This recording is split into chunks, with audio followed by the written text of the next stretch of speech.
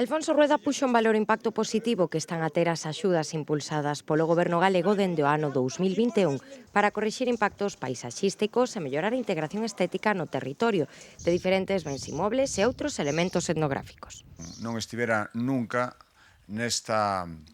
aldea e tiña ganas de coñecela, porque este é o lugar de Galicia, como explicaba Pablo,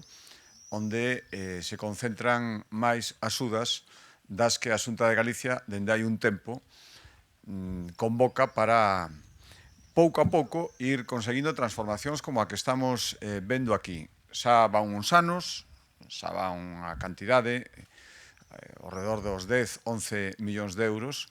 aquí 300.000, o 3-4% do total, non o contaba Pablo na súa explicación, e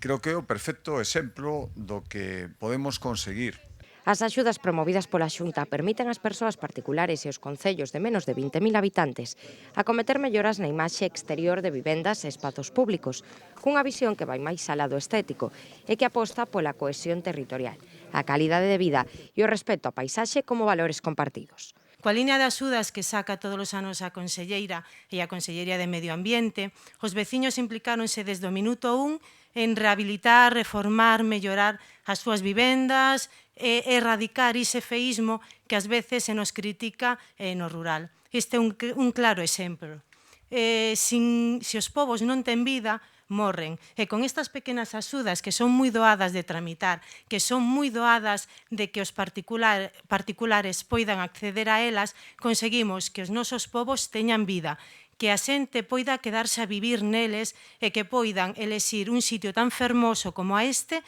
para criar os seus fillos, para disfrutar do descanso e, para vivir con calidade. No caso concreto da aldea de Puxedo executáronse ou están en execución 68 actuacións cun investimento total que rolda os 200.000 euros, o que supón unha transformación paisaxística significativa na que a implicación veciñal foi clave.